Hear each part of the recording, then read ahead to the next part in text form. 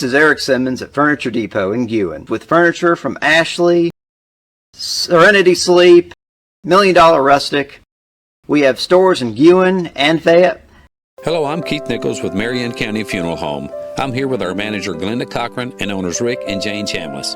It has always been our purpose to provide the most caring and compassionate service we can at the most reasonable prices. So we feel it imperative to offer a pre-need option that will fit the needs of the people and area we serve. So why should we pre-plan? To make sure your wishes are met, provide peace of mind for you and your family, to relieve hurried and impulsive decisions at one of the most difficult times in our lives, to also relieve a great financial burden on our family. We plan for a number of things in our lives, so let's not forget one of the most important, our final arrangements. For a limited time, we're offering your choice of a $6,495 service or a $6,995 service.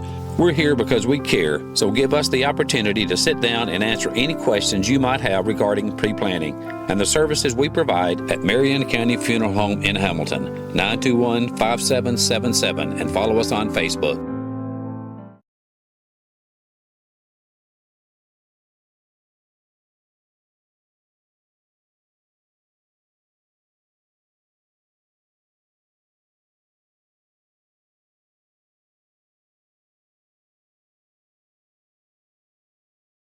Tom Bigby Electric Cooperative was formed for the need for electricity to the local citizens that were living in the rural areas of Marion, Lamar, and portions of Fayette counties.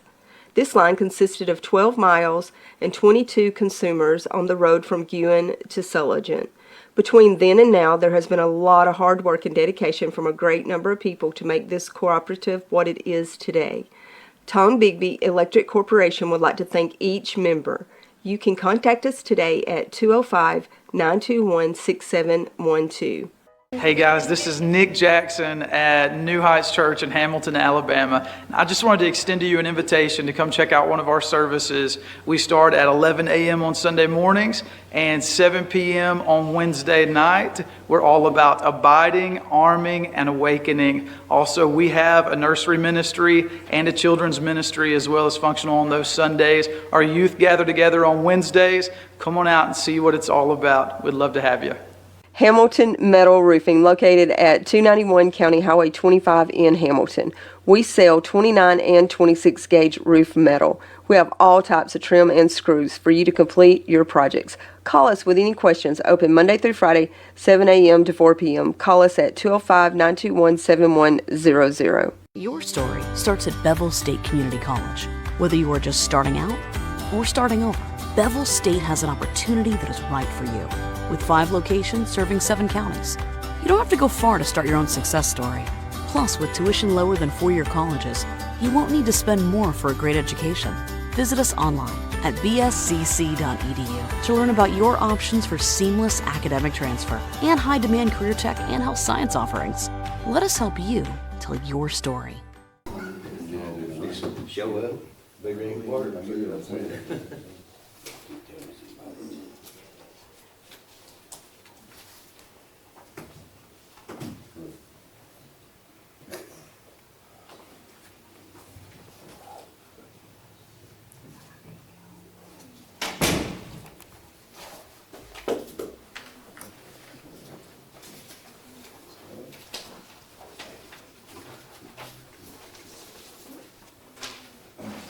Sir.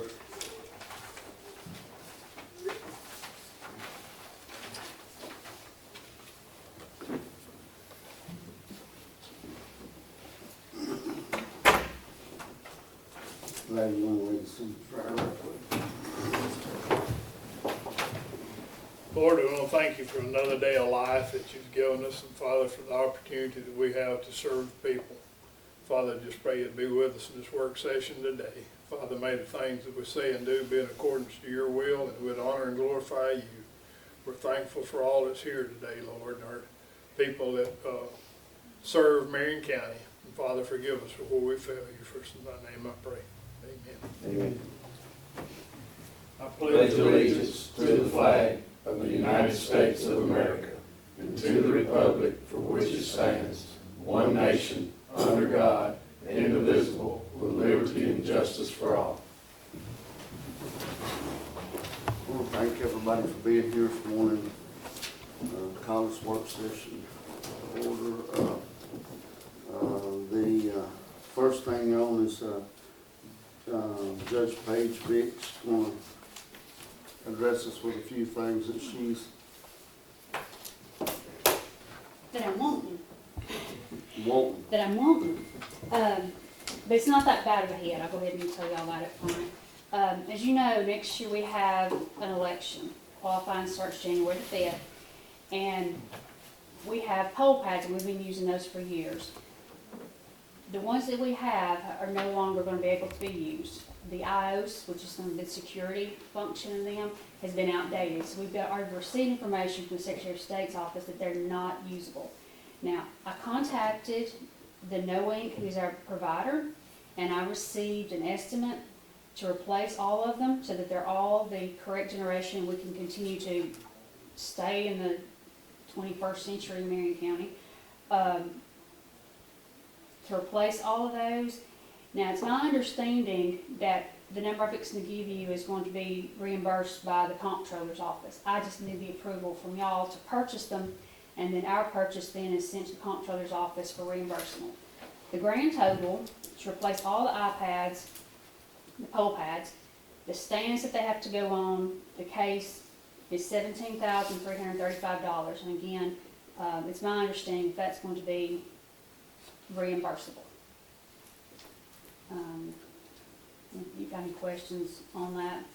The other thing, and I haven't seen Russ talk about it, we are also working with EMA to get a grant to help put mobile Wi-Fi stations in each of the precincts for the election day on there. When we have poll pads, there are mechanisms that I could be using to have instantaneous communications with the people at the polling places, so if there are issues, I can know it like that. Or if we need to send out information to the poll pads, we can. I haven't been able to use that in the past because we don't have Wi-Fi. But we're working on a grant to see if we can get some mobile hotspots to use on election day, and we can use those with that. I thought he was going to be here, but I'm still He was here, he was delivering. He's running his mile. But we're also working on that, and we would be able to use those with these poll pads. Okay, does anybody want to see it or ask any questions? You gotta have it. I gotta have it, but I gotta have y'all to approve it. The one thing, once you get all your information, how quick, and Lynn's here today, so you can tell him exactly what you're needing and the board of registrars are needing on account of the redistricting. Well, we're gonna have to have that filed. So right now, Yeah. whatever your new district lines have not been filed in the probate office, it's really not legal. You've got to put people on notice.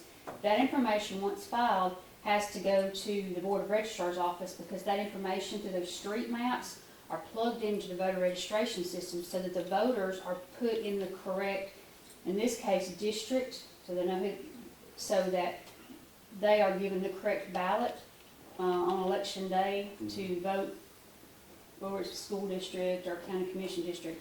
All that information is put into the voter registration system, which is then uploaded into the poll pads, or if we didn't have poll pads, there's a paper printed sheet, and that is what signifies to the person working the polls which ballot to give. So if y'all don't have that, the voters are not going to get the correct. If it's not filed and provided to the board of registrars, the voters are not going to have the correct ballots. So what we do need, we need that filed so we can get that dispersed, but we also, if possible, Lynn, if we can have some maps, what would be ideal would be a map with one color ink, the precincts marked, and then another color ink showing where the new districts are. What we have, you may be in one precinct, or you're in a precinct. That precinct may have 3 different commission lines in it. I had it down to only 2, or maybe 3 different precincts that have what they call split precincts, where it's divided between the commissioners. I think y'all have now given me a whole bunch more, which is very, very complicated. And it makes more ballots, and we have what they call ballot styles, so this has made my job more difficult, but that's okay. I can do it. But it would be helpful if we can have a map, so if someone comes in off the street, I live on Hoggle Ridge Road, we can go pull that on the map and see where you're located and tell you, yes, you're still in this precinct, because precincts didn't change, but you're in this district, and we can look, because you have those calls on election day, I'm here to vote, and brilliant, that this isn't my commissioner. So, if we can get a map for both, that would be great, so we can see which precinct and which district. Do we need to look at redoing the precincts? I'm not answering that. I don't think you need to touch the precincts, but Okay. if the precincts and the commission lines were together, it would make things a lot easier. So for example, I have a precinct that's got 3 commissioners. We have an election. I have to have a ballot style for each part of that precinct.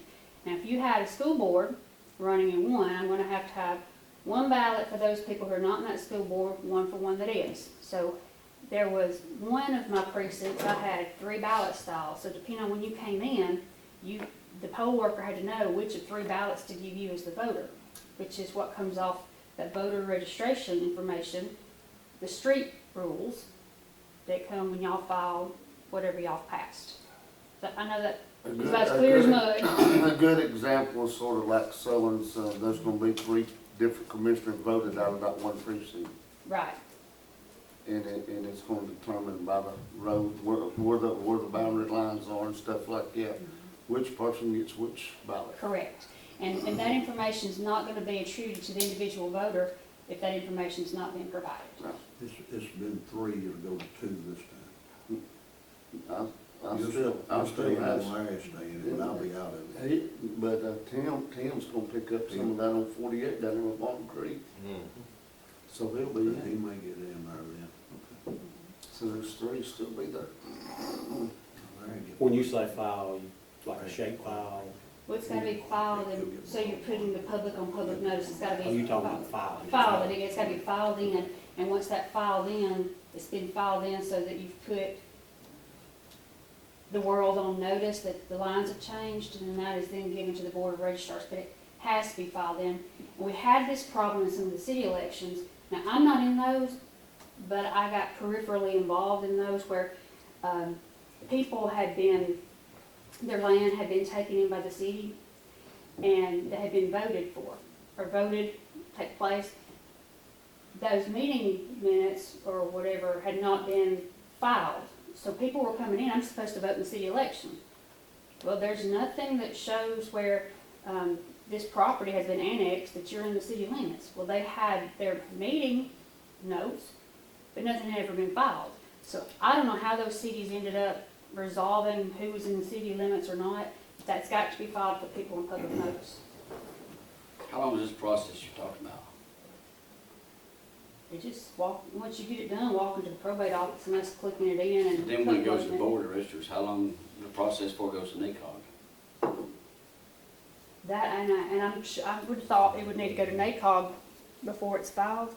Yeah, no, it's just, all we gotta do is get Lynn's working on the descriptions, and we'll get it over to the judge, get the board of registrars, they put it in, it'll be, you know, it's ready as soon as we get it to judge.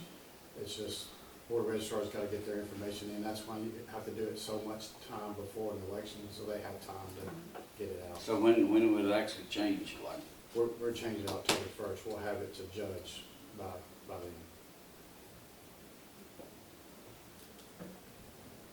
But I guess what Kenneth is asking, I think it will all be changed by the election in June. Everything should be. Well, If everything's filed. Yeah.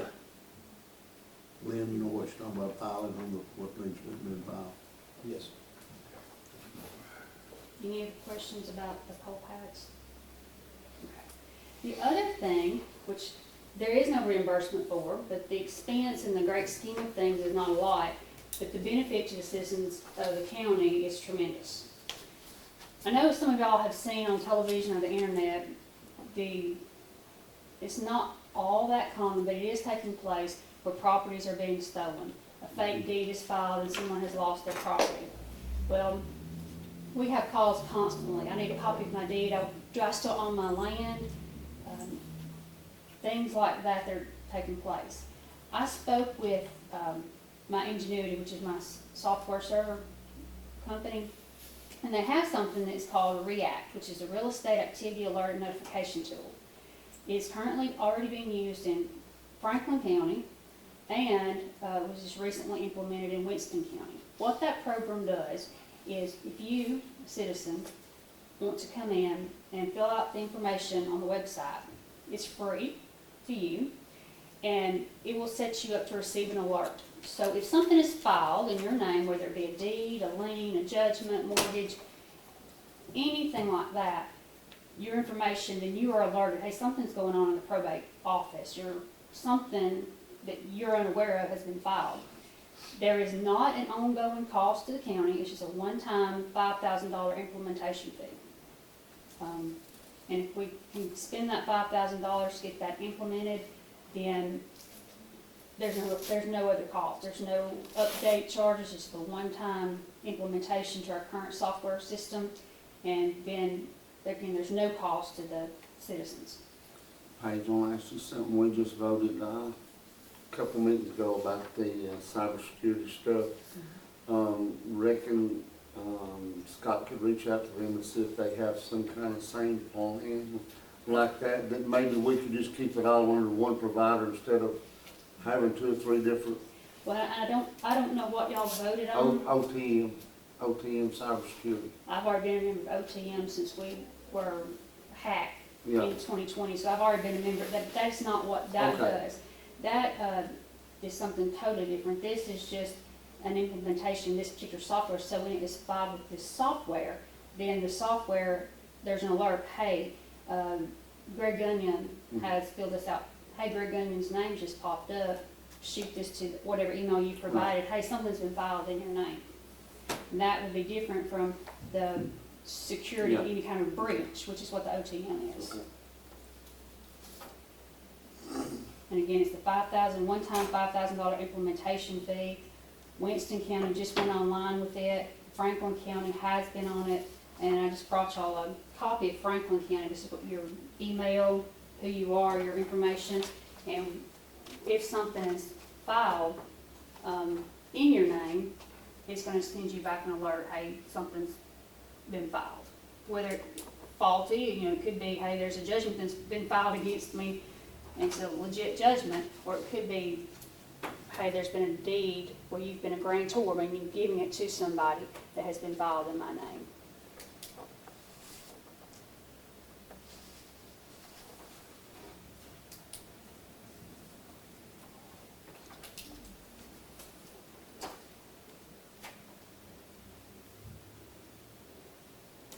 And there's no, I did ask this, and they will not charge any maintenance fees on this.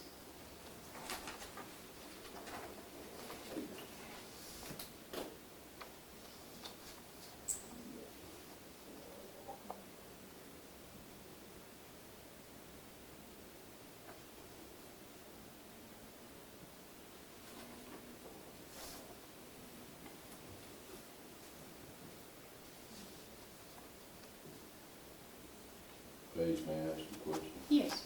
On that right there, if someone filed a lien on my property, as elected official, and that's happened on the state of Illinois, how hard is it to get that paperwork, that lien off of that?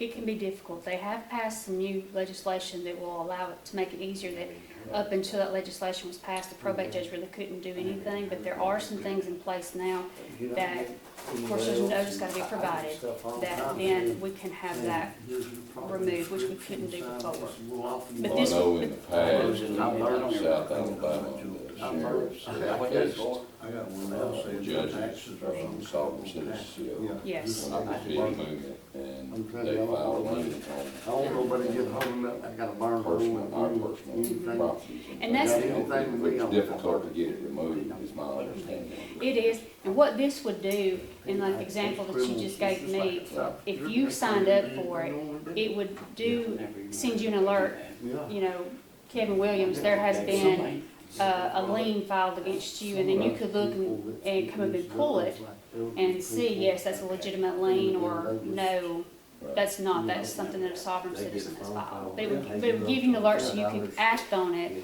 when it Once they happens. start submitting information. So I think it's a great thing.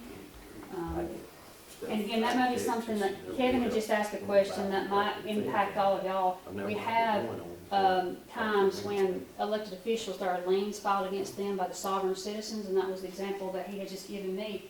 And what would take place is the lien's filed, you may never know it, and it's not a legitimate lien. But like if Kevin had signed up for this in here, and a lien is filed against his property, it would alert him then, so we could start taking the measures that we need to have the lien removed. There's been some legislation passed a couple years ago regarding liens, and I think it originated out of South Alabama on elected officials.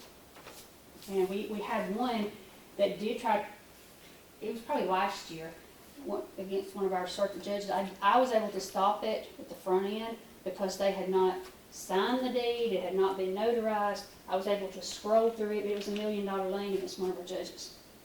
And so, had they done everything like they were supposed to have, and it was a fake notary, no one would have known it. But I had that particular judge gone in and been in this program, he would have been alerted immediately. There's been a lien of $1 million filed against him. So I see that more than you do somebody stealing your land. It's more filing liens against you that you would have to repay if you ever decided to sell your property. Just let you attack it on the front end. Are there any other questions about that? We live in a sick world, don't we? Yes, we do. What'd you say that? It's one time $5,000 implementation fee, and once it's live, we will not charge any additional monthly maintenance fees or anything ongoing like that. It's just a one-time, put that on our software program. Well, how quick can they get that in started? I think it's pretty quick because he asked me, do you want to go, just go ahead and get started on it? I said, I got to get approval from my county commission to spend that money, but I think it'll go pretty quick because they've already developed it for surrounding counties. So it's just a matter of pushing it through into Marion.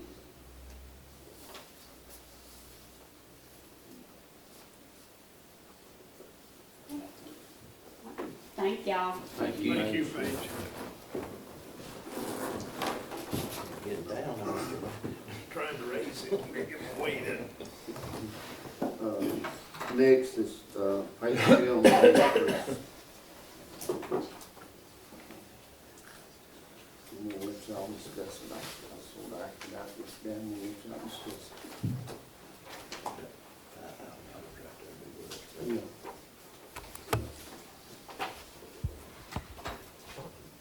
We got to uphold that.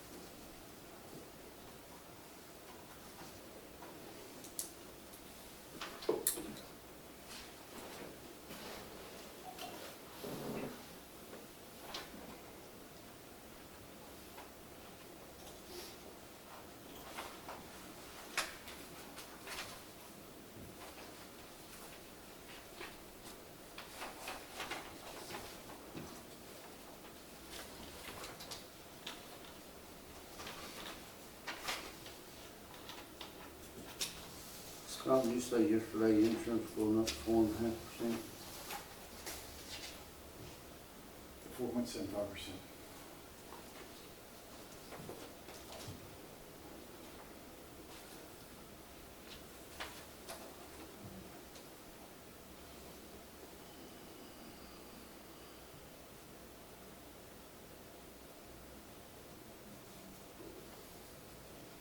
Was the increase figured in on this bottom line?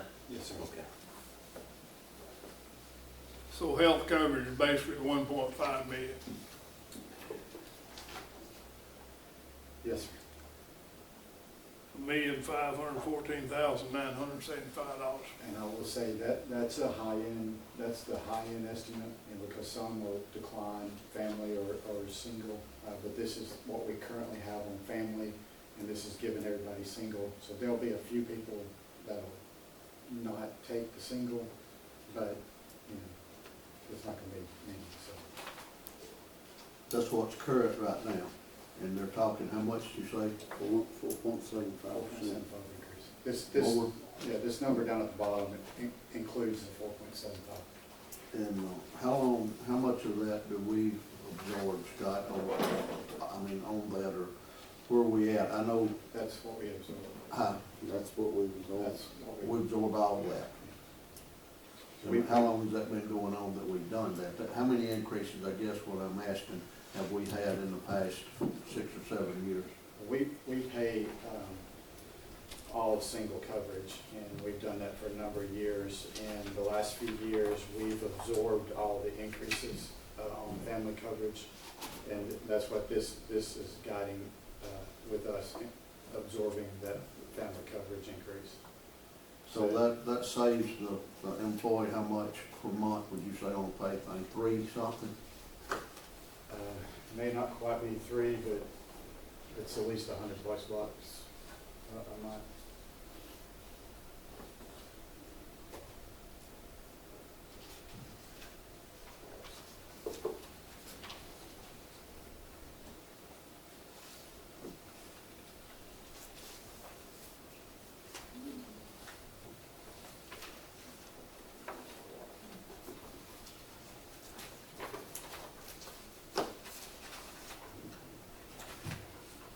Hey Scott, can you sort of explain how the insurance is paid on the county employees?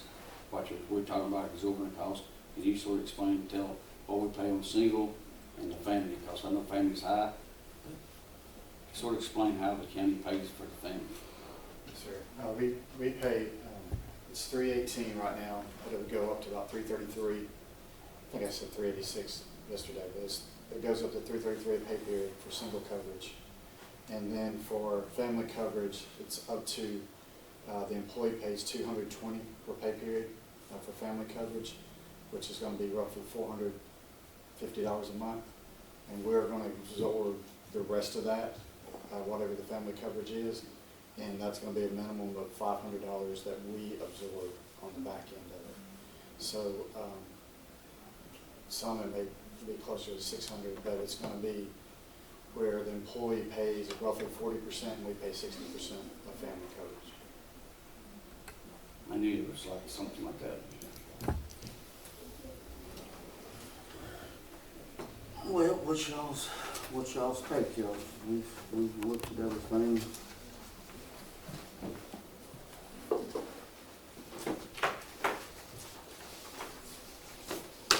lot of numbers, a lot of numbers.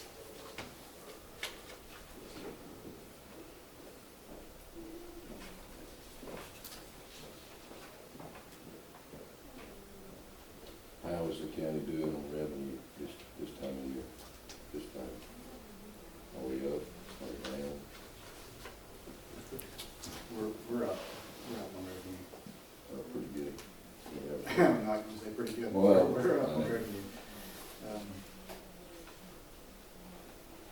COVID years were a little bit odd because of the sales tax was extremely high. So if we look at that as the benchmark, we're down, but from last year, and we're about even on sales tax. SUCT, we're up a little bit, but with the Board of Education appropriation, that sort of evened it out. Property tax, we're up a little bit. That was our main. I know mine went up. What about sales tax, Scott? Sales tax is roughly, Plateau? roughly even, yeah. And all the state revenues is pretty much the same, other than the SSUT, but the split revenues are roughly the same every year, give or take.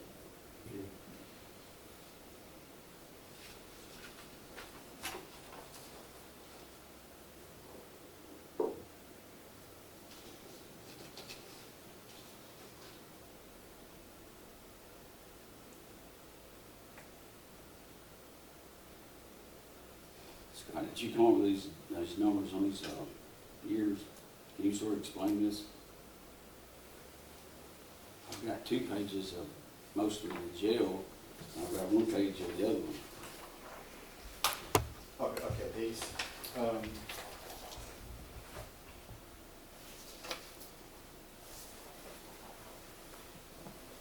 one with just the 1 page here. Yeah.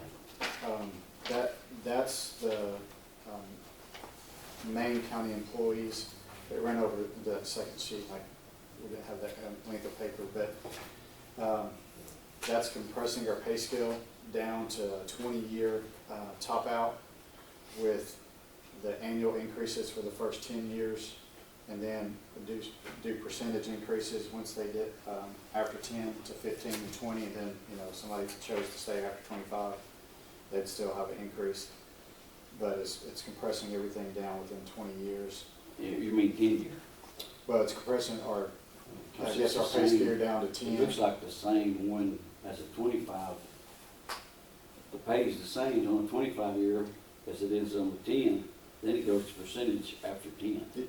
That's right. What I was saying is we compress it down to the annual increases up to 10 years, and then after that we bump up with the 25% increases.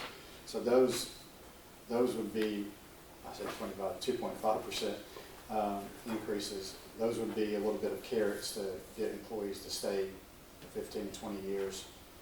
And then the longer sheet is with the sheriff's office, and it does the same thing with him with the different options. The top is what we currently have with the 25 years. Then the next breaks it down to 10, and then 20. Then there's a 15-year period, and then a 10 with the annual increases is at the very last one. Basically, what that said, Scott, is if we gave $1 straight across the board, that's gonna cost us $222,669 per year for that.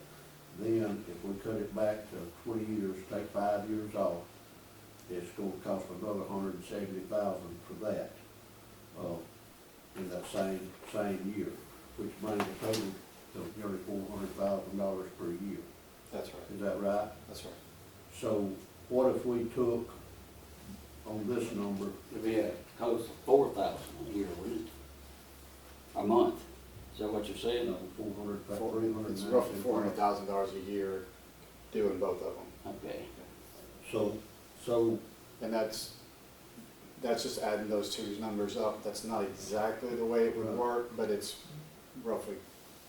I don't know exactly the date that we put the pay scale in, but I'm assuming about 3 years now into it. Scott, do you know exactly how long it's been? It's been 3 years at least. Huh? It's been over 3 years. A little over. So if we give $1 straight across, it costs us that. This is my question. You give $1 and then you double it if you cut it back to 10 years. What if you just gone away with the 5 years on the 20 and 25 retirement? What if you just said we're gonna take everything that's wrote down on 25 and move it back to that number, to 20 years, how much would that cost? You got any idea? Just from the prior numbers, when I had broken out every employee that we had and the different numbers, the 20-year versus 10 years maybe saves $50,000, somewhere in that ballpark. Right, okay. That is, if we just say we're gonna give $1 across the board raise, and we're gonna take, and the 25 won't even be on the pay scale no more, and everybody tops out at 20, and the 25 is brought down and put with that. If whatever the number is, if you retire at 25 and get that dollar, what I'm saying is move that dollar down to 20 before they get in at 20 years. Did I understand you correct, Scott, from 20 back to 10 wouldn't be but $50,000 more dollars a year? That's what it looks like, you know. Roughly, yeah, Roughly, yeah. right. And a lot of that has to do with, you know, the age. How we break it down from there back? Sure, and the age of our employees, so, you know, how long they've been there. But, yeah, it's, some of that can be massaged with the numbers that you want to give with at 15, 20 years, you know, that could do that too, but.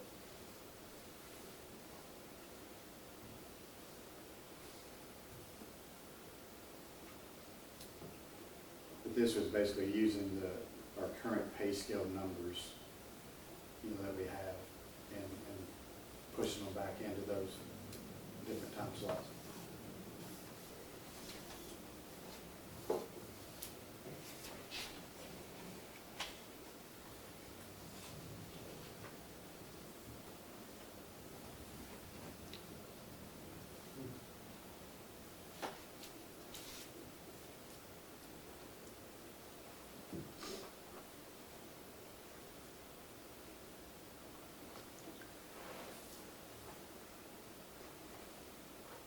Let me ask a question, I hate to be all over that. You looking at a 20-year, 15-year, 10-year top out, or what you looking at right now? Yeah, them's the sort of three. That's what you trying to decide this morning, is how far to cut it back. State of Alabama does a 10-year, and after 10 years, they get step raises, and a small step raise after that. That's how my wife works at DHR, and they do theirs.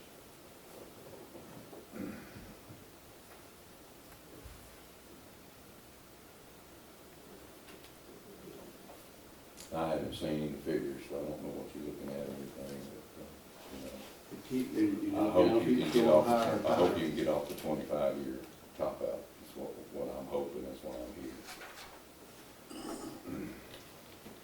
The current payroll right now is 3.8 million, and then you add the other 1.5, so you're looking at, There's a total cost, $4,537,000. right at 5 million a year per that. And I think that's, I wanted to put that on there to give y'all a little broader idea about the cost, but I think it's important for employees to understand, we contribute $500,000 a year to their retirements. And then, you know, paying for the extra part of Social Security and Medicare cost as well. That adds up for us. But Now, the insurance is what's, the insurance is real. That's more than retirement. But I will say, you know, the County Commission Association does a great job of managing those costs. I've seen other organizations that went up as high as 9% on their costs. So we've got a benefit that it only went up 4.75%. And I brought the papers back from the conference, and we were getting back, I don't remember what it was now. We got back a bit on our workers' comp and our liability on that insurance coverage too. So, I mean, it wasn't near what it's going up, but we got back, was it 22,000 combined? it was a little over 20,000. So, they do a great job of managing the insurance funds, but the health insurance is just costly, but They had the biggest profit margin this year they'd ever had on the general liability. that means counties are doing things right. Yeah. No claims.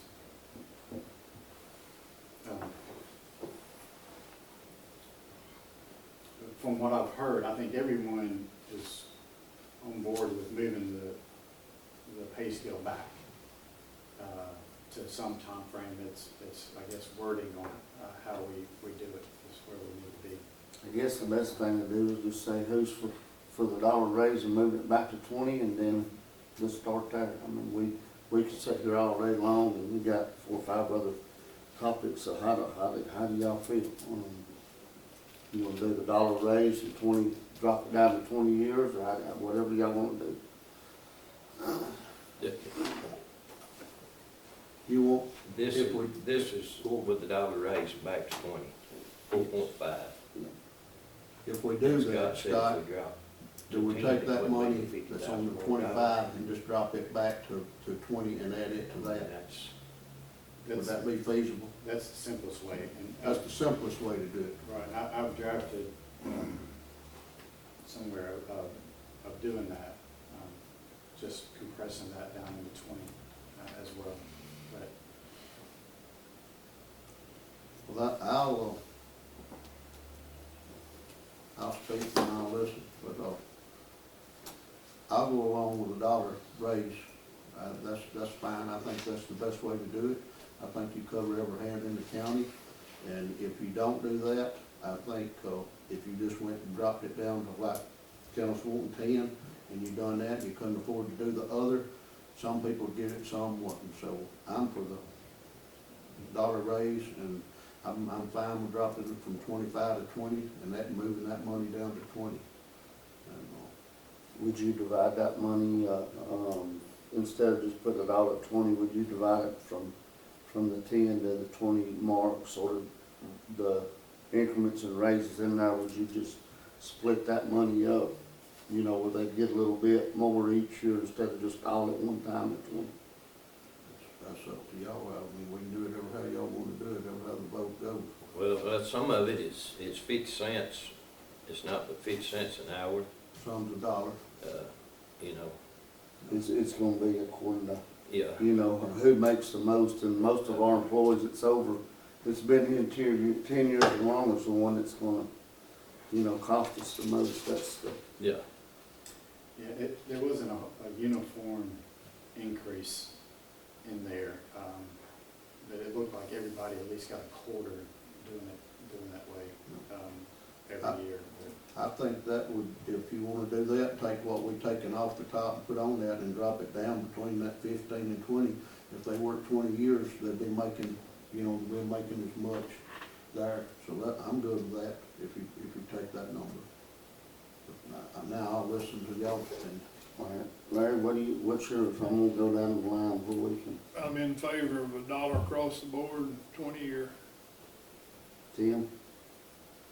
As long as it helps everybody, I'm good with that. I would like to see it at 10-year, but I'm sitting here looking. I don't really see a way that we can do it right now financially. Kenneth, how do you feel about it? If y'all would listen when you start with, we wouldn't have to go through none of this, and I had a way to do it, to put the dollar in, but I like the 10-year, but that's where I would go, but I would settle for 15. But if I'm not gonna get the vote, I'll do 20 and $1 across the board. Scott, did you get a figure on dropping it back to 15? 15 is $35,000 difference, give or take.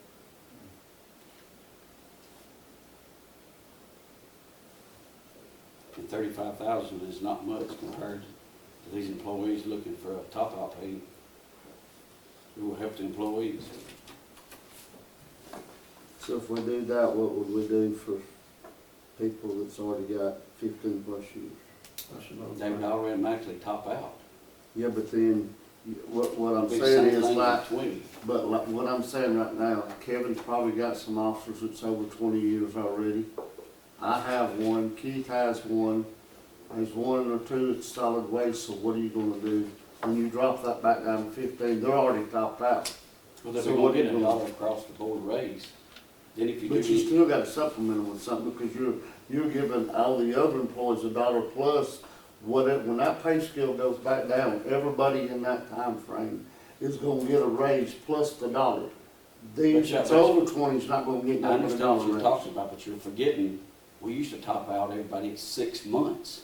You The did. older employees was already getting Could, screwed, in other words, but we could do a percentage after 15 year, we could do a step raise, or you could do whatever you want Do to we do. have anybody that is topped out? I have. if we have, We have. if, I have one.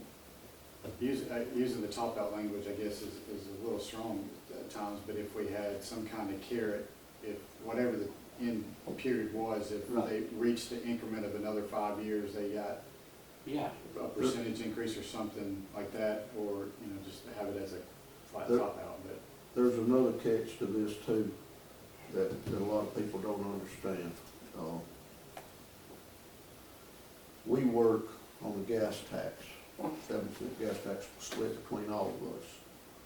Right now, I have 3 employees.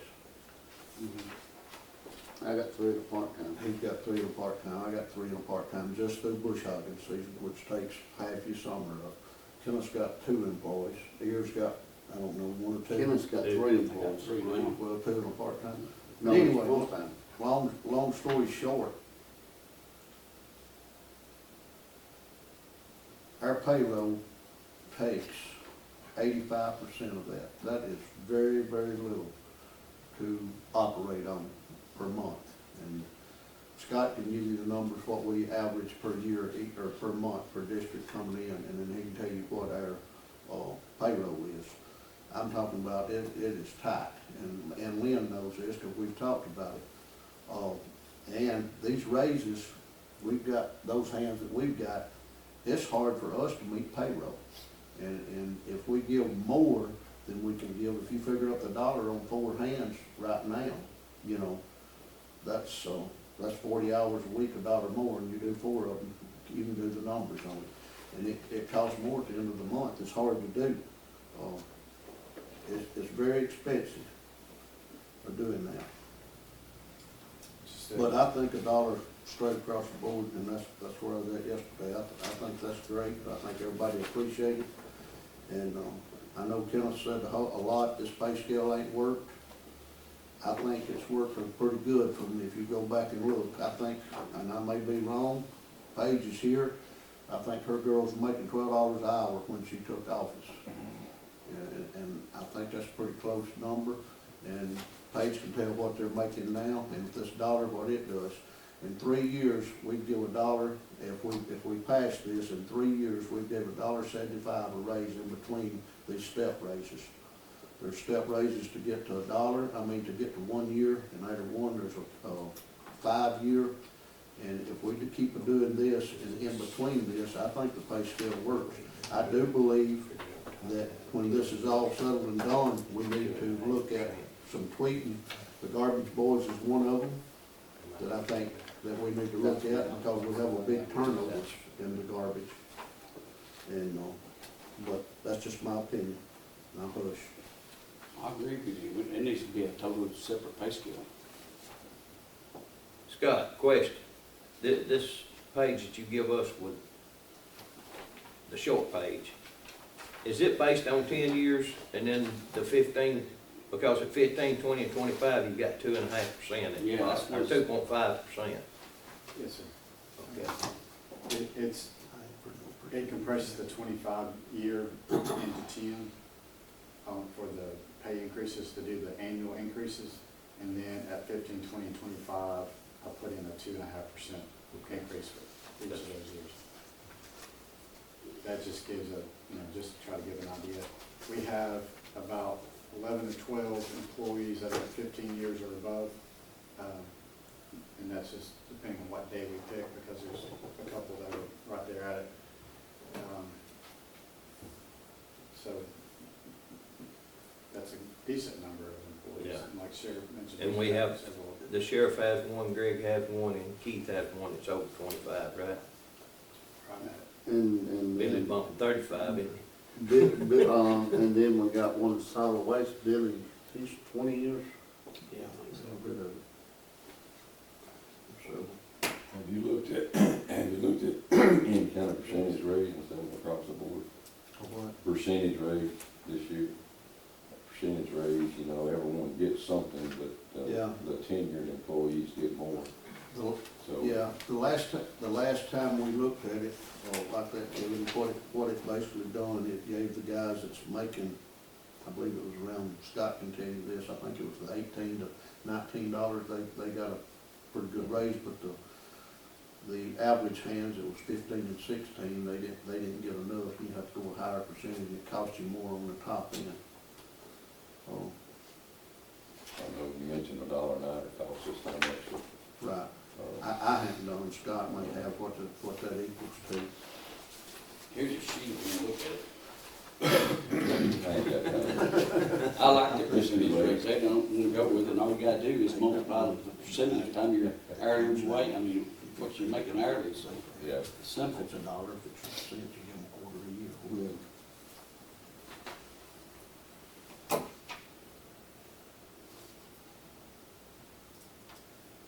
But I see what Greg was saying about bringing that money down, and I think that would be a good way to get it down from 15 to 20. They would get a little more in between that, like if they're gonna retire at 20 years, you know, if they're topped out at 20. well, see, that would help 'em. the whole point of doing the 20 is because, state retirement system, you can retire after 25 years. If If they you top work, out if you top out at 25 years, then you're gonna have to work additional 3 years to That's ever right. receive any benefit from that. So if you drop it down below that, and then the money that you got from the 25, move it, you could even shuffle it in between the 10 to 20 year range. People are getting something along the way, but then, you know, once they get 20, they can work 5 more years. If we give another, well, we ain't gonna be here probably, but whoever's here, if they get, it's just gonna help their retirement on down the road, but, you know, for them to really reap the benefits of getting that raise at 20 years, you know. It needs to come before the 20. Yeah, That was my argument yesterday, about 25 yeah, years. yeah, I mean, it's been my argument the whole time. so, We could say that argument about the 10 or 15, I mean, what I'm looking at is 25 years, like Kevin said. 10 year, they top out. What I'm looking at, it's embarrassing for a county to have county employees top out 25 year, even 20 year.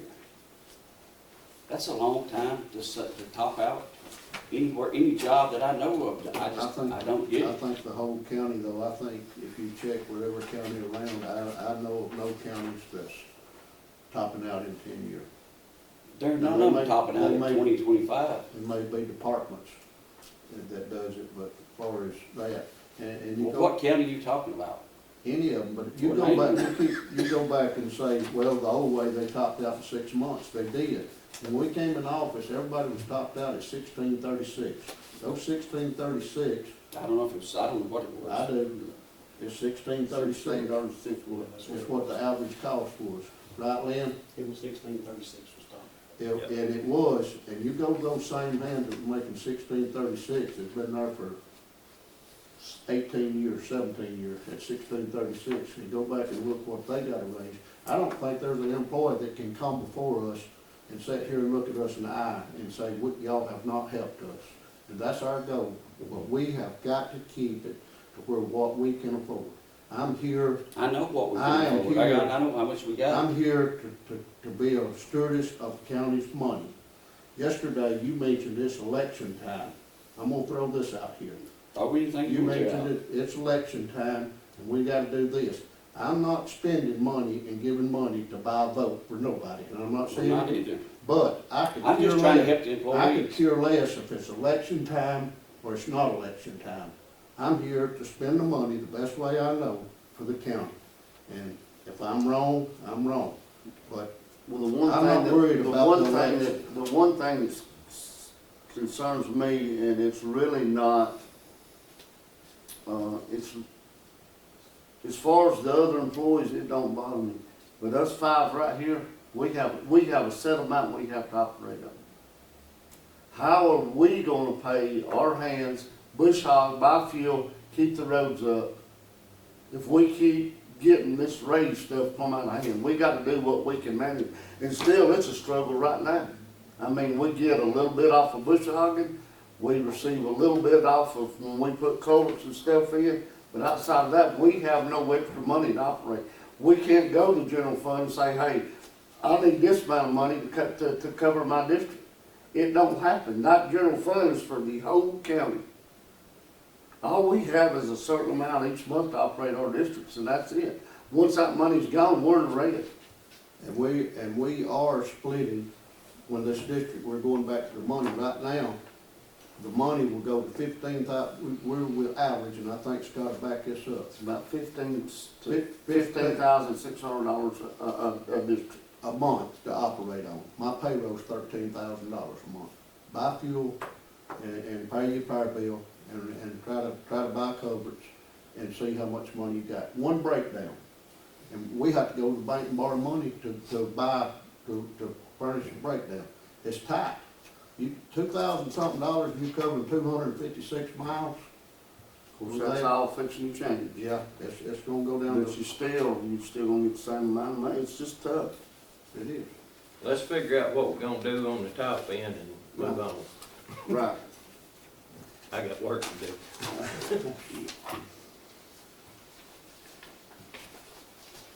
What are we gonna do with the, How many y'all in agreement to do a dollar across the board raise? Or can you vote on it? I'm just saying, now we'll get the census here that way. I'm good with $1 across the board. Yep, All right, 20 years. yep. Years. Yeah, I don't think we can, that's all we can afford right now. Keith? And me. I'm 20. Kenneth? It's better than 25, but I like 10, but that's what I get, that's all I get. Okay. We good with that now, but what we gonna do with the, it's on average 50 to 75 cents, from 25 back to 20, where we gonna put it? We're gonna have to help anybody, we're gonna have to drop it back down. It's I not would much say it money, needs to be but- between the 10 and the 15 Yeah, I mean, to boost up that frame there.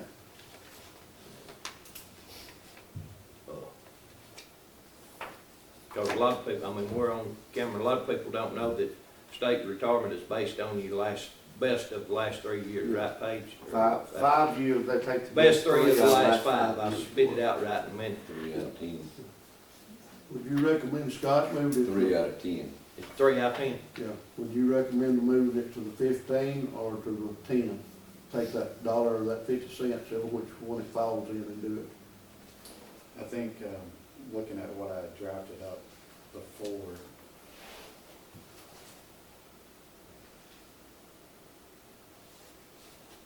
moved it, in between 10 and 15, is what it looks like. But, I can adjust that anyway, basically compress it down into the 20 years. I'll just shoot y'all a couple of examples and so y'all can look at it. Okay. And, Next, Lynn's here. Larry had wanted to have Lynn come in and do some discussion about the triple R money and how it's used, the 4-cent money, how it's used, the road and bridge, how it's used, and I've asked him to put some stuff together to sort of, thank y'all, Paige and Sheriff, for coming, to sort of, Did Chris give y'all the breakdown of all that? Yeah. You still got that? I do, I got mine. I got it somewhere. You're finding it. I printed it out again, so.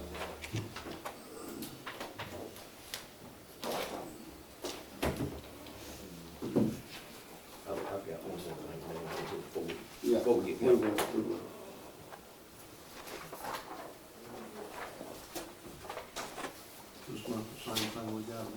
It It is, that's what I'm saying. He just give us a copy, sort of. It ain't changed. Mine's in the pickup somewhere.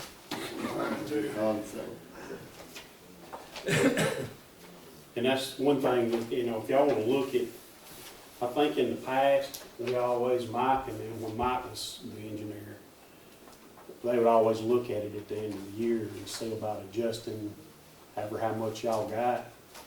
And that's something we can still do. And there's some different ways of changing up that 45,000 y'all get for the patching. I mean, that can be adjusted. Currently, we're taking it out of 4 cent. It could come out of the rebuild. What about secondary? Secondary is a little more, it's got a few more strings to it. It's not as easy to do stuff with it. And the biggest thing with the secondary in the past, you can use it to match grants. So if, I mean, like in the past, we went to the highway director and asked for money for certain things and whatever. And a lot of times they'll tell you, you know, if you ask for 500,000, he may tell you, we'll give you 250. You've got to match it. So we've always kind of used that fund to match it, and then we've also used it when we've had emergencies. You know, had something, a pipe blow out or something like that, to pay for that. So that we always try to keep a pretty good amount in there just for those things. So What it was, you know, here I'm sitting with roughly 145 to 148 mile paved roads. But Kenneth and Keith, with the mileage that they had in their district, I talked to Chris a year or so back, and I said, is there any way of looking to increase the amount we get to fix our roads? And he said, well, there's always that possibility, and that's all I ever heard. But even, I mean, even with the mileage I had, I need more to get every inch of every road that needs to be patched every year, and then there's nothing left for sealing. right. And there's to where we've been, like Kenneth and me, Larry, we've never covered 250 miles. I mean, Kenneth's got 240, and I got 250, and I would say 60 to 70 miles all we've ever covered in patching. We just have to pick where it's at. I pick the worst roads. Yeah, that's what we do. This is what I think Lynn. And all them need to be plowed up. I agree. And I've done The thing about it is, you know, we're limited on time. You can't start before here, and it's got to end here by, you know. That's what I think, Lynn, and I think we'll all agree with this. We've just, as of yesterday, we've hired a new engineer. And Lynn has been over there a long time, and he's seen him go. And I think we all in agreement that we want the solid waste and the two-way separated where we have a crew for each one, if it's financially feasible to do. But that's what we've got to have, because we voted last year, I don't know if you knew this, Lynn, or not, and I know Larry knows, but we voted last year because we had more miles to give each district $30,000 when we got time to do it. We didn't, neither one of us spend a dime of that because we run out of time. We just don't have time. We need a patching crew, and I want Lynn to stress to our new engineer, and we'll talk to him too, but for him and Lynn to sit down from now to December till Lynn leaves and he takes over.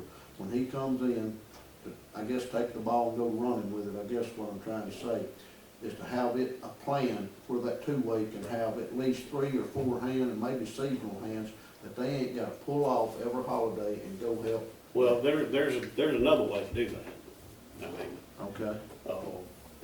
We could always, instead of pulling those guys, y'all might have to send an extra guy for that one day. Well, to patch it. That's where. Problem is, we ain't got them. That's where. That's but just one day. Right. I mean, there's 6 holidays in patching season, so you're looking at 6 days. But you got to count the rainy days and all that too. That's. Yeah. But the thing is, like you're talking about, we've tried that and do that, but when we pull a guy off, we're getting a million calls on driveways, we're getting behind on our bush hogging. You can't run without a man following, you know. And we just need to figure out a way, if it's called seasonal, and we have to pay these guys for, what do we patch? 3 months, 4? It's supposed to start in May, 1st of May. And go Right. to If we have to come up with a system to where we can pay seasonal workers that's worked there before or something, you know, to come in and pay them, may have to adjust the pay scale on the part-time, or have it as seasonal where we can pay them more. I'm gonna brag on, Kenneth probably knows as much about that patching as anybody. He's probably done it, and I think we just, I'm like Keith, we need to figure out a way where we can be more productive. I know this year, they started my district, and I think it took them a month and a half, 2 months to get through, simply because of the rain. And that's no fault of nobody else's, but. Yeah, we've had more rain this year. Well, I've got a road that's 4 mile right now, and these people will tell you, and I don't even know the road number, but all I know, it goes through Poseyville. And if anybody's familiar with Poseyville, I can say that. But that road is 4 or 5 mile, and last year we got a bad load of tar, and Lynn can vouch for this. It was no good. We went in there, tarred it, put a JG, spent, what did I spend, $20,000-$30,000, I guess, on it. Probably. And they didn't, none stick to it. Now then, it's like a rub board, and our plans was, Chris talked to the people, they gave us a discount on the tire, cut it in half, said we'll reimburse you half of that. We'll pave it back next year. They're in Tim's, they're not gonna have time to even get it done this year. I got some roads the same way. And these people is riding on those rocks sticking up like that, and it's just not, we're just not getting it done timely. And I think if you will work with him, I think you can figure this out, how we can keep 3 and then maybe 3 or 4 guys in the season to do that. Well, this goes back to what we can afford. Right. Just like y'all are getting that 7-cent money to pay for your people. Split 5 ways. Yeah. Guess what we're getting? 4? We're not getting anything. The only way well, you draw down the 4 cents. we have to draw down. That's the only way we can. But that's a get total of 4 cents. That's a lot of money you can draw down. May have to, like I said, may have to give those guys a raise on the seasonal part to come in and work 3-4 months. If the money's in 4 cents, it won't be no problem. Right. I mean, you're gonna get to draw it down. Right. But the money's gotta be there. We'll just have to look. And the only problem with that, 4 cent canal. the more he draws down out of that, the less we're gonna get to put on the roads. That's true.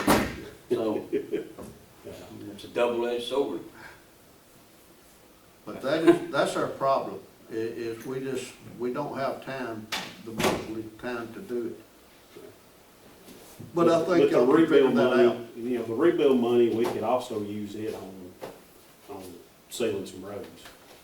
So how much That don't all have to go into Do one Major thing. one collector. project. So how much money can we actually use if they're not minor collector roads? Do what now? Like, this rebuild Alabama money, it's gotta be used on, It's gotta be on paved roads. The federal aid exchange funds, you get 400,000 a year. It's gotta be on the higher classification roads. that's the major collectors, like, a lot of traffic. But the rest of it can be used on any paved road. And how much is that? It's usually, I think, what, Scott, about 900,000 a year, somewhere in that area.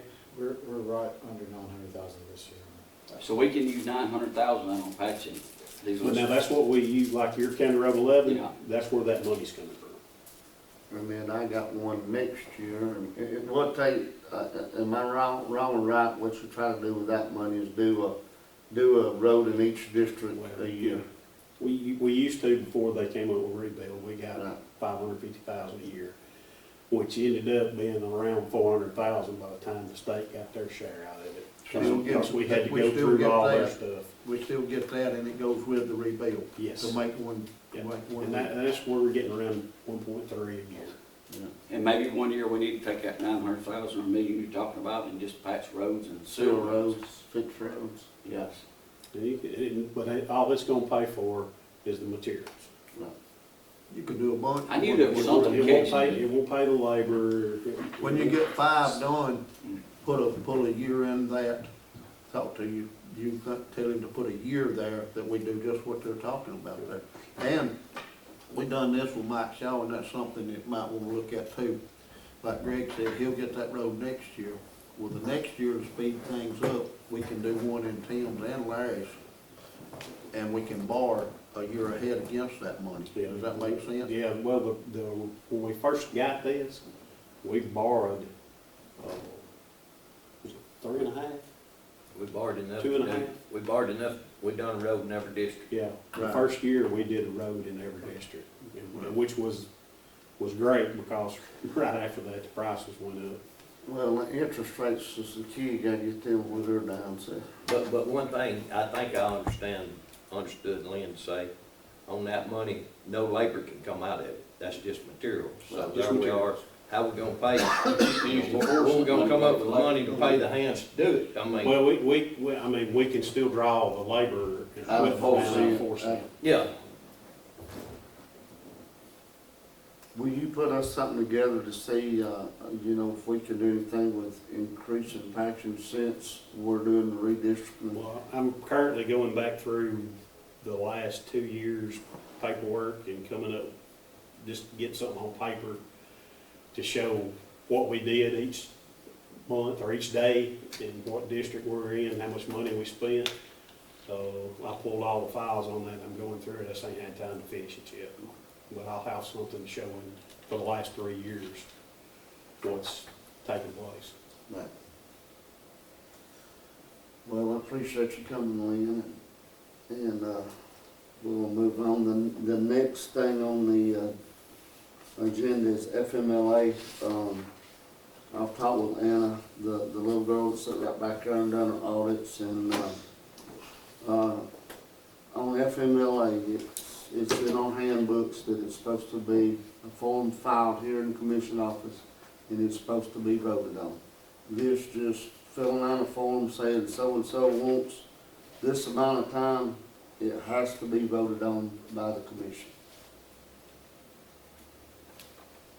And I've talked with Lisa, she's got a form that they come and fill out, and I told her once they come and submitted that form, get it to Scott, Scott can put it on the agenda if it happens monthly or just whenever somebody needs it, but we need to vote on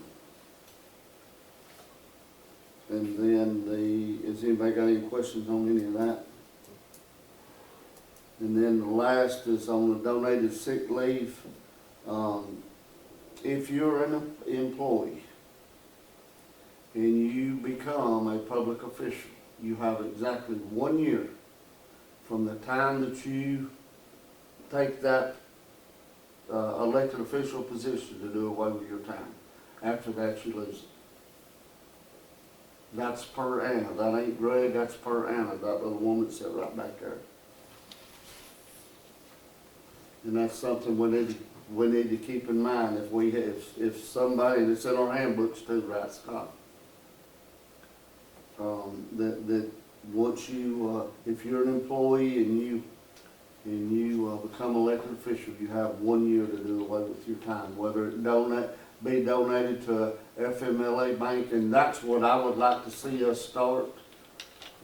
It is just, you know, anybody like we have some people that loses time every pay period. Let's just start up a FMLA bank. If they're willing to let that time roll into this bank, then when somebody needs some time, all they have to do is come fill out a thing, we vote on it, and it's done. I think that's the best way to do things. What if a person retires? They're gonna get paid for a portion of their time, right, Scott? Not sick time. Not sick time, but They'll add half of that on to the end of your. That goes on toward the longitude of your retirement. Typically, you don't lose leave. So they ain't no banking it for a year. But then, all of it don't go towards it, does it? How much of it goes towards 50% it? So it's half. Yeah, yeah. And if somebody leaves employment, they have a year that we keep their sick time in case they come back. And we can have it to where, once that year is up, if that employee chooses to let it roll into the bank. Well, We've had probably, in the last year, we've had several that has donated time. A lot of it, the time that they donated, wasn't no good, because they didn't have no time to donate, and then what was donated was done illegal. It was never done, it was never turned in on the paper and brought before the commission to vote on.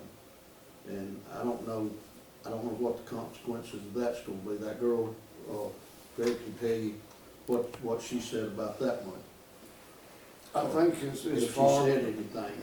I think as far as that, it's just gonna be a finding, but she really encouraged from this point on, everything that has to do with time, anything to do with our financial deal, it has to be brought before the commission to be voted on.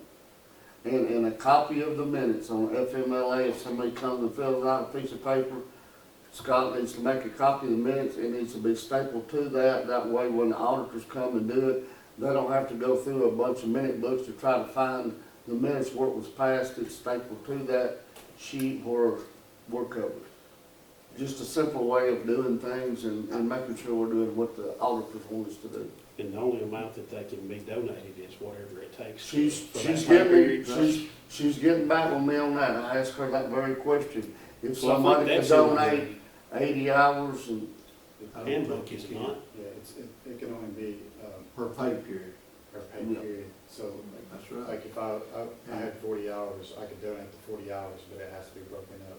Yeah, it can be only for that per pay period, that's what she's telling Greg, there's a lot of that's been, you just, here's your 80 hours, here's your 100 hours, and it can't go like that, it goes through the thing to be legal. I think at the next meeting, Scott, for Will, let's try to just set up and do a FMLA bank where if anybody has any extra time, it can just roll straight into that. And then as people need, if they can come fill out the form that Lisa's got, and we can vote on it and it'll be approved. And I just wanna do things the right way. But and I may be wrong, but it needs to be FMLA and sick leave. Yeah. I mean, because the FMLA is for family medical leave. Right. But you've got somebody that's sick, has a heart attack, and they run out of time, Yeah. they need it, I mean, Yeah, or it needs to be a surgery. slash. Yeah, Yeah. I think you can put a bunch in the bank the first week you open it, if you've done that. And I think all that's defined in our handbook on what it qualifies and stuff like that. But has anybody got anything else? yes. I don't know if he's talked to anybody else, I don't know that he's talked to Scott, but we need to, Chris Davis needs us to figure out what we're gonna do, what we want him to do at the new jail as far as maintenance on the heating and cooling. Yeah, that was just him calling, so. Okay, all right, he's talked to me, I think he talked to Kenneth at one time. He needs to know how often we want him to do a walkthrough, how often we want the filters changed, just general maintenance. That thing's under warranty for how long? A year. That's what I would advise is Chris to talk with Premier and see what they're obligated to do in this first year and, work that out. But, They should cover everything for the first year on that. Except for filters, like routine maintenance. routine. But we need it routinely maintained. Yeah. The morning I met with him over there, me and Chris met with Steve Stamps and all. According to what I remember, the units were bought beforehand and the actual warranty on the units is gone. The time's done up on the warranty on the units. Yeah, I think we went through some of that unit warranty while they were sitting on the ground. Yeah. But he's just needing to know more so, I guess, where he can quote us price on what it would be. He said he would love to do a walkthrough at least once a I didn't month. get that. Could you try again? To, Talk to you. yeah. They don't hear what I got to say. Yeah, do y'all want me to just talk with Chris and then get back when we meet next month? Is it gonna be Monday or Tuesday? Can we make it Tuesday? Yeah, we can make it use. We, we've been talking about it, changing the subject, but, animal control, I had 3 calls this weekend, different folks, not being able to get a hold of Miss Charlotte, so she'll eventually, 3 or 4 hours later, call them.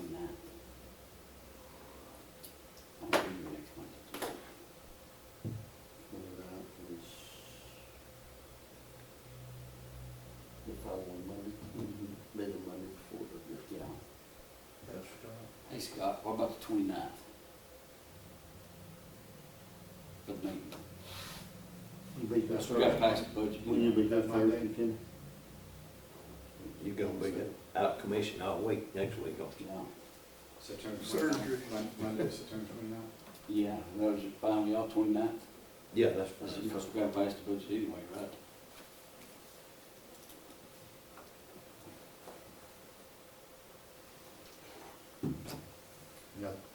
You'll notice in there, I know the print's very small, but basically we budgeted to spend all the money in the 4th and secondary road.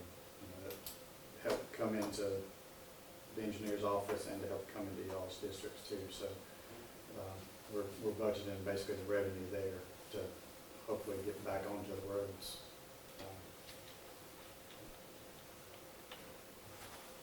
But like Lynn said, we can use whatever we can use our rebuild.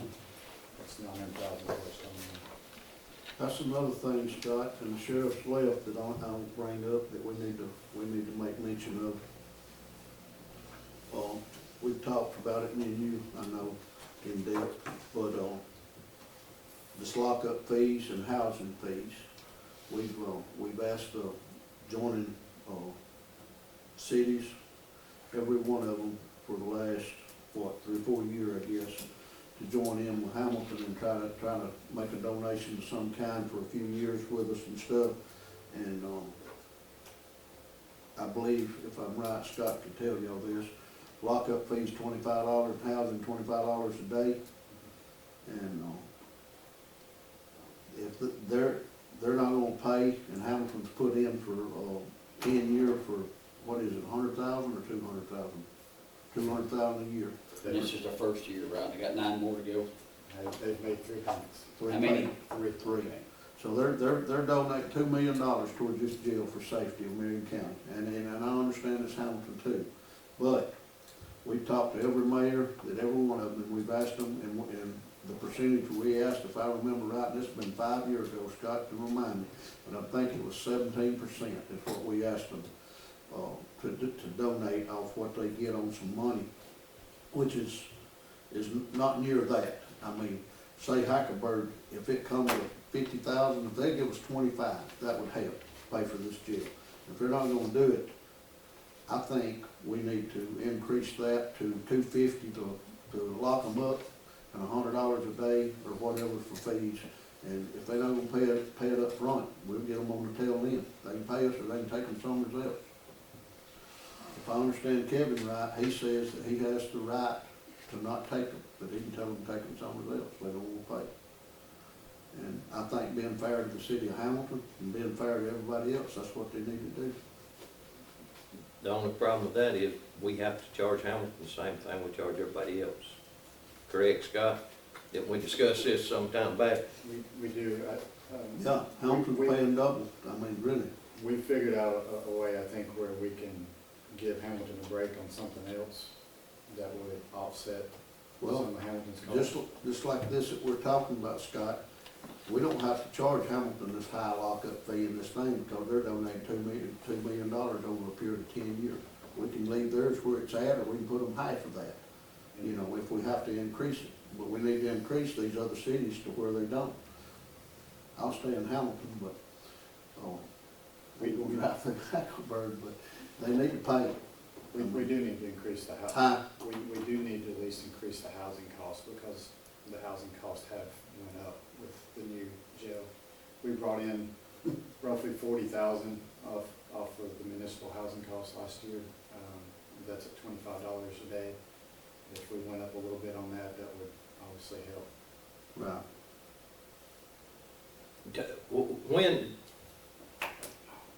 When does a city prisoner become a county prisoner? City Like prison- that, I mean, Right. explain it. Probably what he. Typically, what may happen is Johnny gets arrested.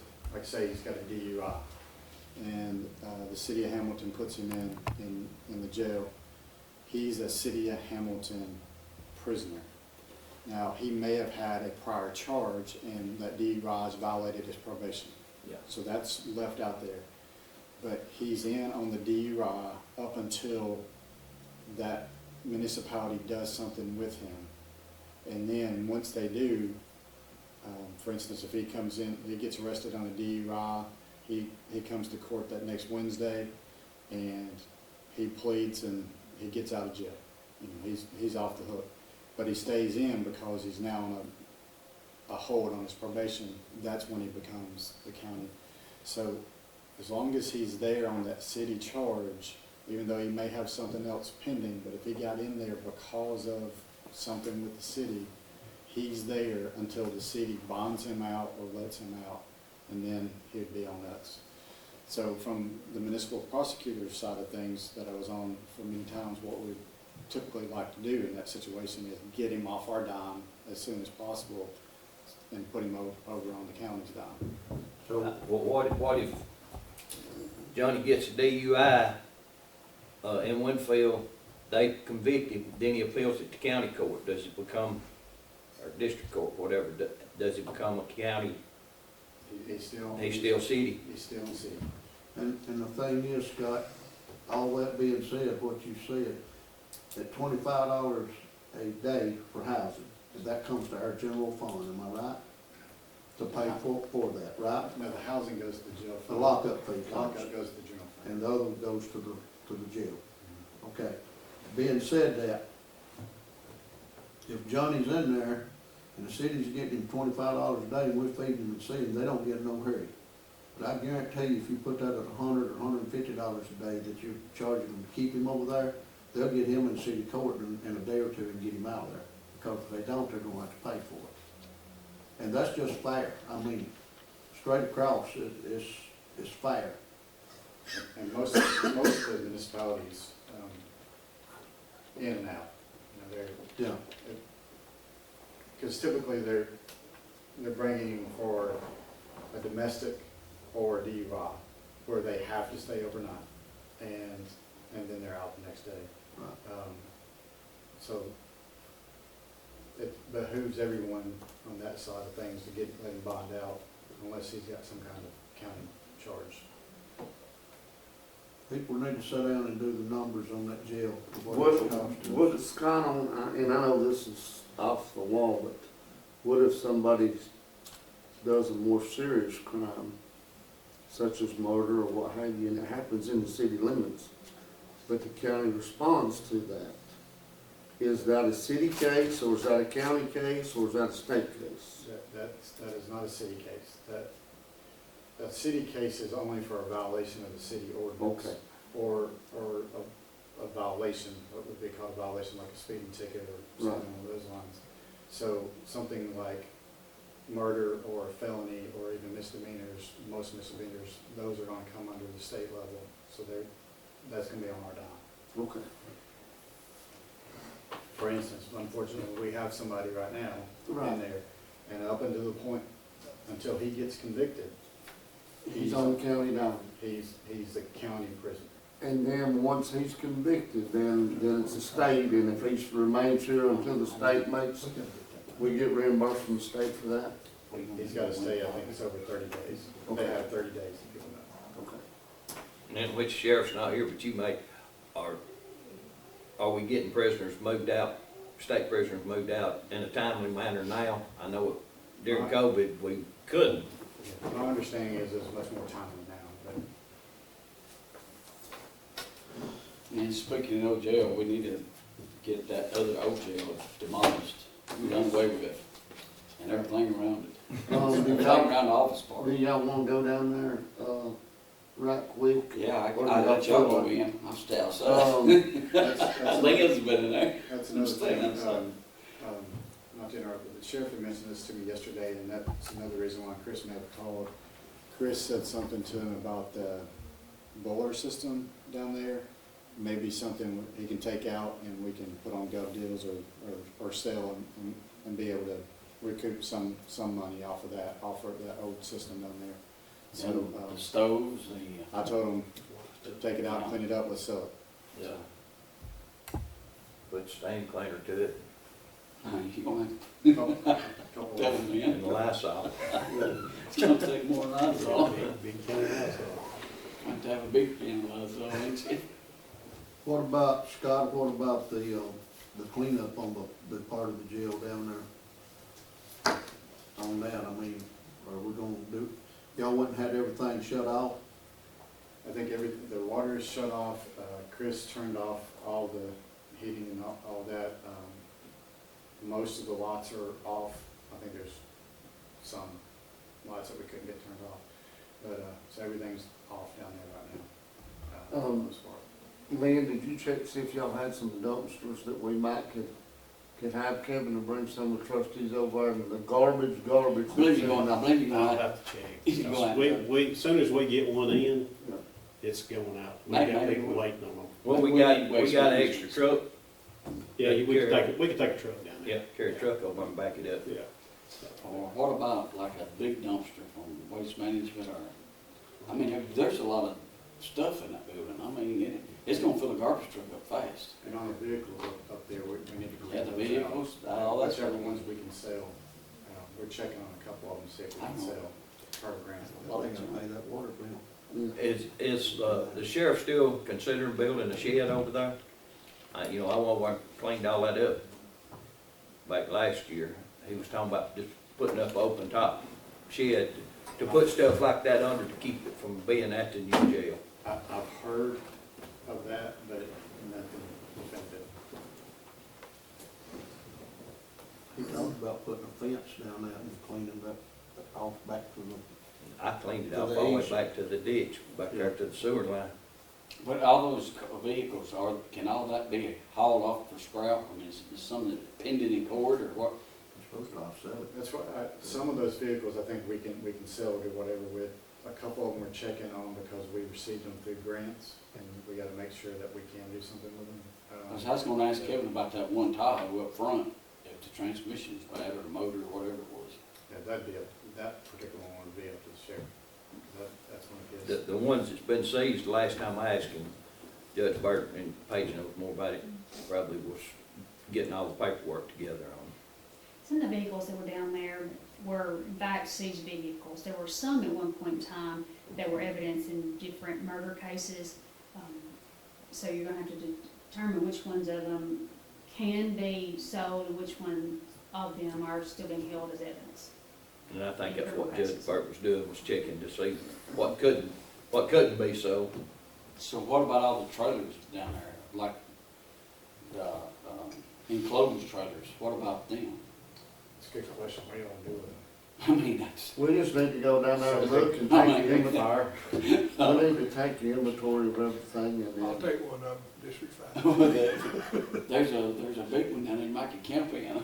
There used to be one down there that was where the drug task force was. Yes, it's still Just past there. the end of the jail. Yes. And it's been a while since I've been inside of it, but it was in good shape. It's decent. Yeah. I haven't been in it. Anything Penny's got her hands on is usually kept pretty well. And that one, the last time I was in it was, it might have been used for something. But all that stuff, rolling vehicles and the mobile homes and all, can be sold. I mean, I would say. Is, anybody got anything else? Paige, you got anything else? No, sir. Lynn, you got anything else? No, sir. Anybody? Thank both of you. And thank y'all for letting us come today and be heard.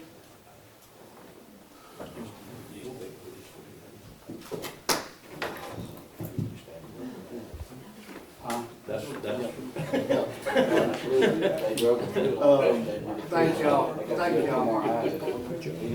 Thank you. This is Eric Simmons at Furniture Depot in Guin with furniture from Ashley, Serenity Sleep, $1 Million Rustic. We have stores in Guin and Fayette.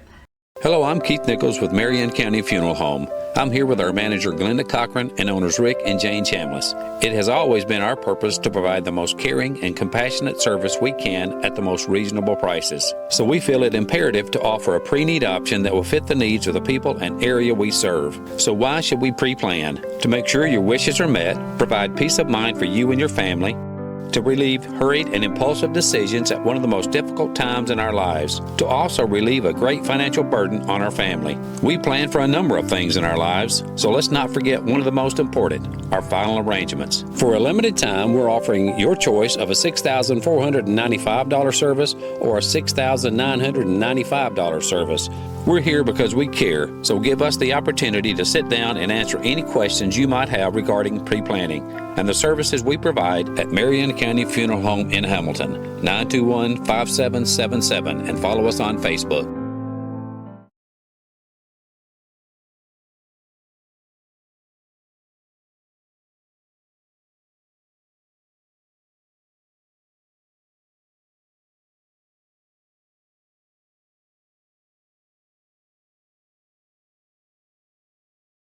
Tom Bigby Electric Cooperative was formed for the need for electricity to the local citizens that were living in the rural areas of Marion, Lamar, and portions of Fayette counties. This line consisted of 12 miles and 22 consumers on the road from Guin to Sulligent. Between then and now, there has been a lot of hard work and dedication from a great number of people to make this cooperative what it is today. Tom Bigby Electric Corporation would like to thank each member. You can contact us today at 205-921-6712.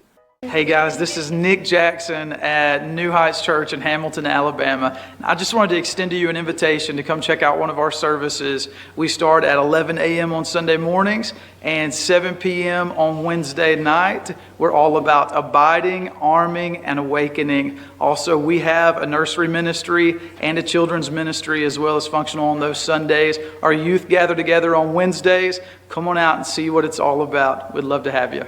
Hamilton Metal Roofing, located at 291 County Highway 25 in Hamilton.